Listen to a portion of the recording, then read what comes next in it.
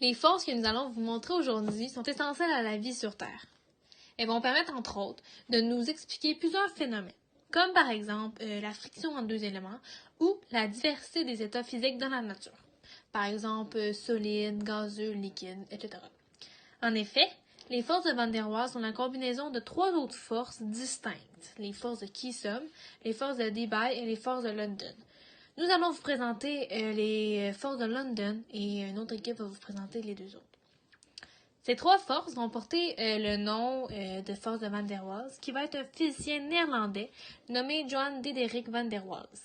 Il va être détenteur d'un prix Nobel en physique en 1910 et aussi, il va être le premier à introduire l'effet de distance dans des atomes-molécules dans l'équation d'état des gaz. Premièrement, pour les forces de Keesom, si deux molécules polaires vont interagir ensemble dû à leur charge qui diffère. Pour les forces de Debye, c'est une molécule bipolaire qui va redistribuer ses charges aux molécules voisines en n'ayant pas de moment dipolaire. Par la suite, il va y avoir les forces de London qu'on va vous présenter, qui vont apparaître dans des molécules qui n'ont pas de dipôle permanent, donc des molécules non polaires.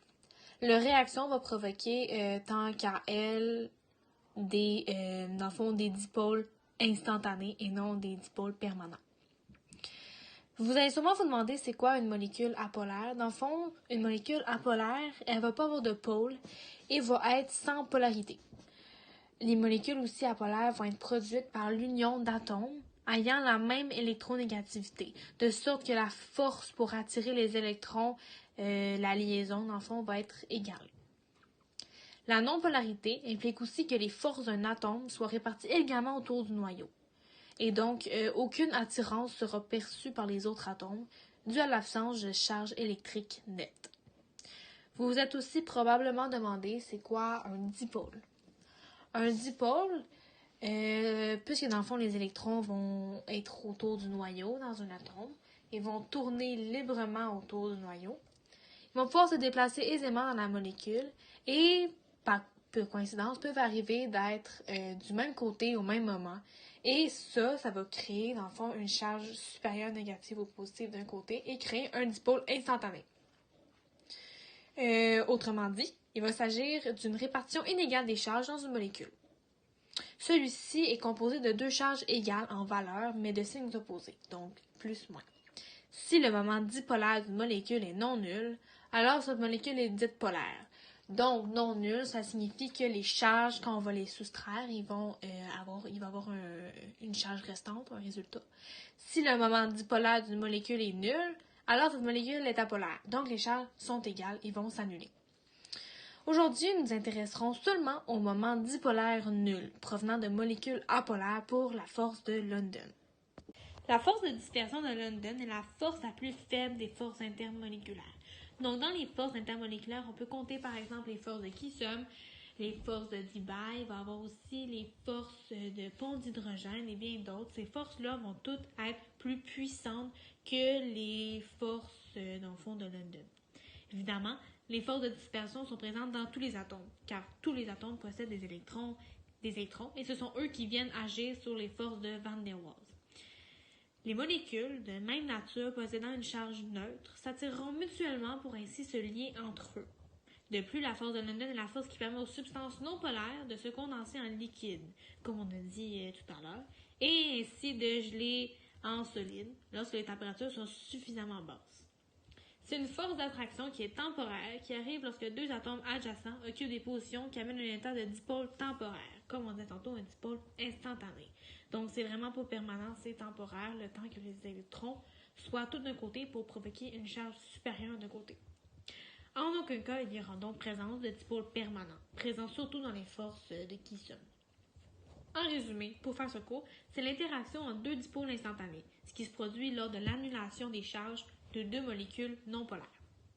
La force de London peut être décrite comme l'interaction active entre deux dipôles instantanés voisins.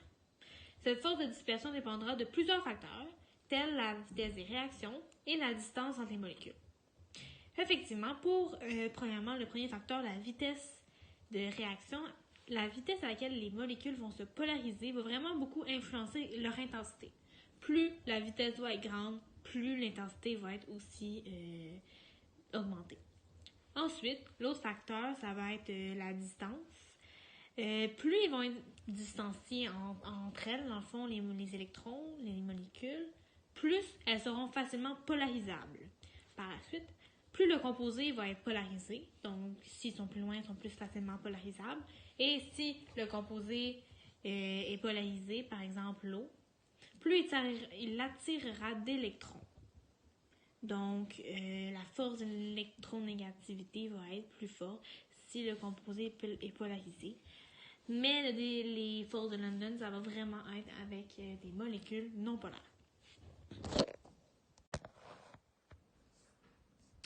On va maintenant parler de la relation avec le point d'ébullition, donc les forces de London et le point d'ébullition.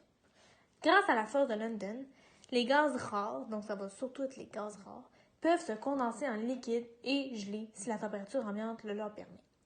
Cela est possible puisqu'aucune autre force n'existe entre atomes de gaz rares. Donc, c'est vraiment cette force-là qui va être spécialisée pour les forces entre les molécules de gaz rares. De plus, si nous regardons le point d'ébullition des gaz rares, nous pouvons constater à quel point les forces de London sont importantes. Donc, en effet, le point d'ébullition, par exemple, de l'hélium va être de moins 268,9 degrés Celsius. Donc ça, c'est quand même très, très, très bas. Et ça, c'est un point d'ébullition, donc, qui va se transformer en gaz. Pour que l'hélium soit, dans le fond, liquide, il faudrait qu'il soit à un peu moins de moins 268 degrés Celsius.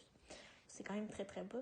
Et si on regarde, par exemple, un autre point d'ébullition, celui du lithium. Celui du lithium va être directement à droite, mais à gauche du tableau périodique. Il va être l'élément juste après l'hélium. Et lui, son point d'ébullition va être 1330 degrés Celsius, qui va être énormément plus que moins 268.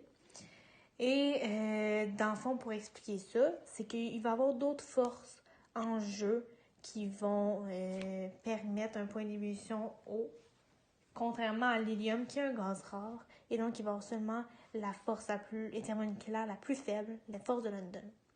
En général, plus la masse moléculaire est grande, plus les forces de dispersion de London sont fortes, et donc le point d'ébullition élevé.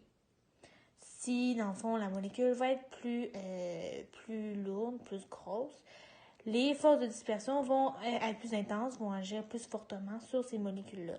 Et ça va automatiquement engendrer un point d'ébullition plus élevé. Dans une molécule, plus il y a d'électrons de valence dans la liaison, plus le nuage électronique est grand. Donc, s'il y a plus d'électrons de valence, logiquement, la molécule et les électrons libres vont être en plus grande quantité. Et donc, plus le nuage électronique va être grand, plus la température d'ébullition va être haute, va être élevée.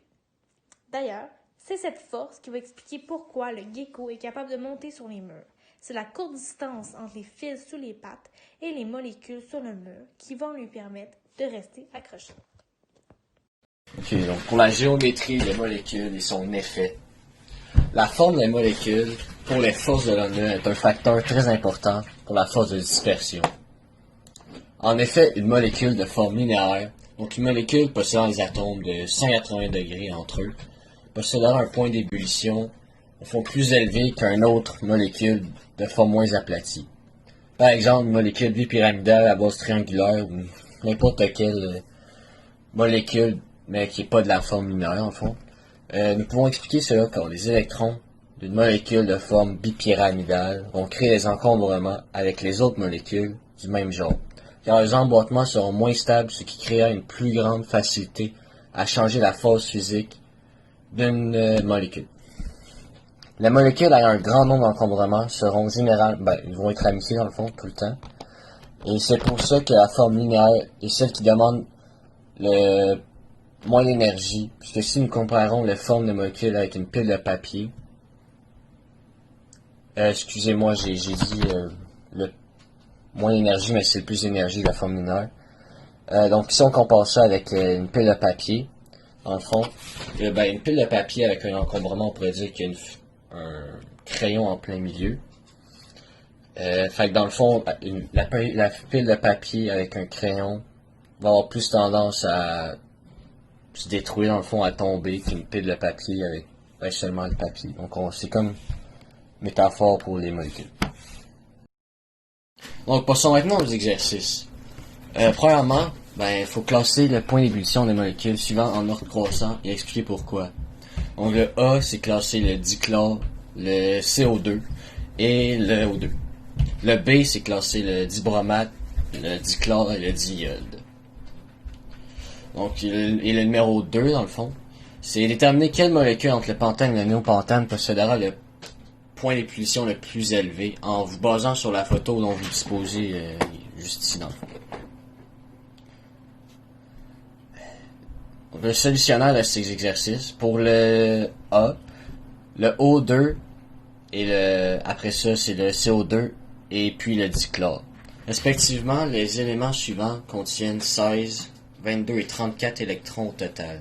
Pour le calculer, nous devons tout d'abord nous devons tout simplement calculer le nombre d'électrons de chaque atome. Par la suite, plus le nuage électronique sera gros, donc plus il y a d'électrons, plus la force de dispersion des électrons sera forte. De plus, cette force est dépendante de son point d'ébullition. En résumé, plus le nombre d'électrons est grand, dans le fond, mais plus il est élevé, plus le point d'ébullition sera haut, et dans ce cas-ci, les molécules sont tous non polaires, donc il n'y a pas d'autres forces qui entrent en jeu. Pour le B, c'est le dichlore, le dibromate et le diiode. Nous pouvons classer les molécules dans cet ordre, puisque leur nombre d'électrons influence directement leur point d'ébullition, comme au numéro précédent, avec l'aide du concept du nuage électron. Dans cet exemple, le nombre d'électrons est 34 pour le dichlore, 70 pour le dibromate et 106 pour le diiode. Depuis, il ne faut pas oublier que ces trois molécules sont non polaires. Ces mesures nous indiquent donc que l'élément ayant le plus grand point d'ébullition sera donc le diiode. Pour le numéro 2, le pentane possédera le plus haut point d'ébullition, soit 36,1 degrés, mais contre 9,5 degrés, mais vous n'avez pas à calculer ça, fait que c'est pas grave. Quand même, si les deux molécules possèdent les deux mêmes sortes d'atomes, d'éléments dans le fond, et que ceux-ci sont en quantité équivalente dans les deux molécules, soit un total de 17 atomes chaque, et bien cependant le nuage électronique du pentane sera plus grand et créera des moments dipolaires plus importants, car le néopentane par sa part est ramifié, donc il y a des encombrements, et cet encombrement va diminuer l'énergie nécessaire pour faire passer cette molécule sous forme gazeuse, donc son nuage électronique est effectivement plus faible. D'autre part, la forme du pentane, lui, a grandement augmenté le point d'ébullition, car sa forme linéaire favorise l'emboîtement des molécules. Alors le pentane aura besoin de plus d'énergie pour passer sous la forme gazeuse, donc nous sommes en mesure d'affirmer que le point d'ébullition sera plus important pour la molécule du pentane.